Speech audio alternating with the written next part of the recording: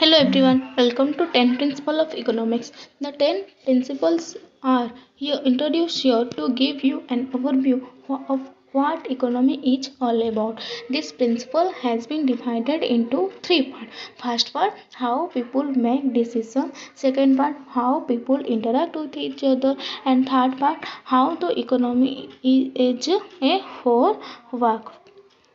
In this video, we will discuss the first part, how people make decisions. In this first part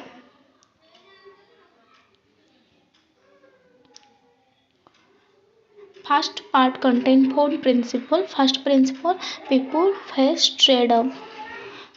People face trade-off. Let's we'll see how people face trade-off.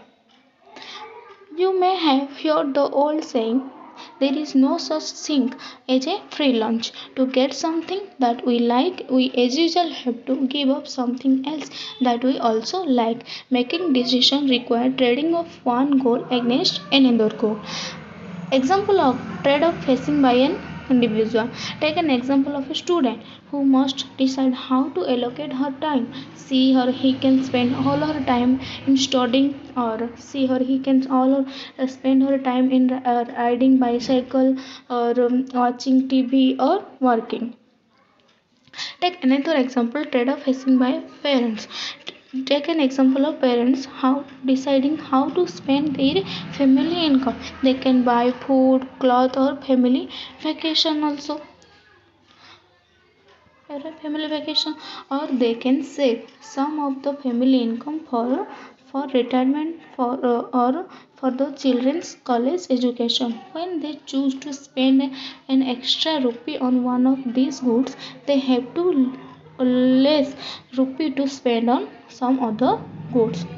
Take another example, trade-off facing by society. When people group into society, they face different kind of trade-off. One classic trade-off is between gun and butter. The more a society spend on national defense to protect its land, the less it can spend on consumer good. This is also an example of trade-off faced by a society. Let's see the second principle, the cost of something, what you give up to get it. This is also known as opportunity cost. Because people face trade-offs, so making decision required comparison of the cost and benefit of action that you want to choose. In many cases, the cost of an action is not as same as it might appear. For example, consider the decision to go to college. The main benefits are intellectual enhancement, means knowledge enhancement, and lifetime better job opportunity. And the cost are money spent on tuition, books, room, etc. But this total does not truly represent your expenditure in college. There are two problems with this calculation. First problem, it include something that are not really cost of going to college. Even if you quit from college, you need to a place to sleep and food to eat. Only additional cost of room, board should be included because they are more expensive at college. Simply, if we do not join in college, we also require a home to live and food to eat. This is also when we join in a college, this is also required. When we do not join in a college, this is also required. Then second calculation, the second mistake. Second, this calculation ignores the largest cost of going to college is our time.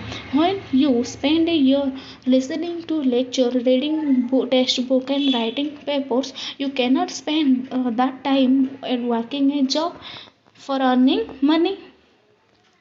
The opportunity cost of an item is what you give up to get that item. When making any decision maker should be aware of the opportunity cost. Then let's see the third principle. Rational people think at the margin. Economists normally assume that people are rational. Rational people think at the margin. It means most of the decisions we take by thinking at the margin. Rational people often make decisions by comparing the benefit and cost of marginal change. Rational people don't take decision in the form of black means no and white means yes, but it usually involves a shady gray.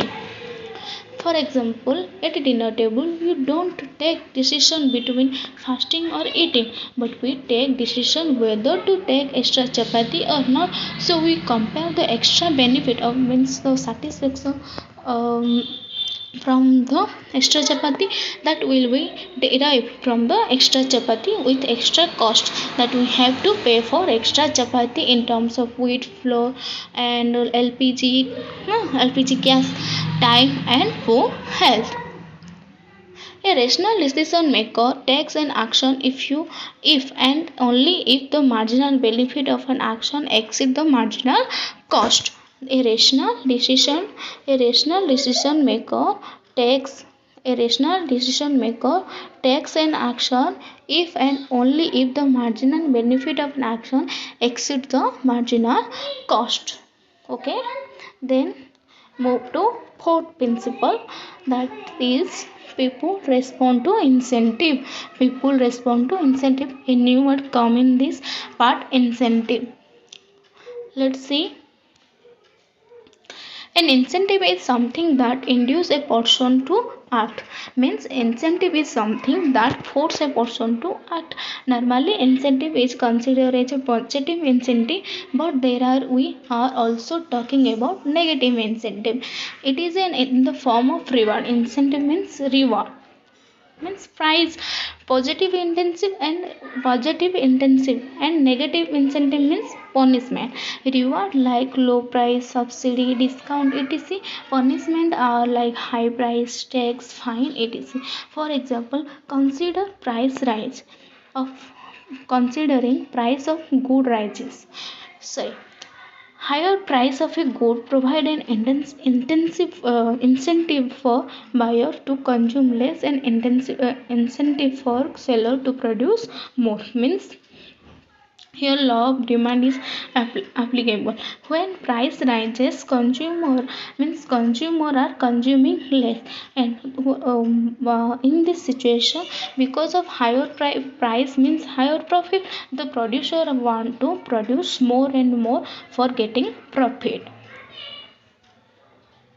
So in this video we discuss the first part of 10 principle of economics, that is how people make decision.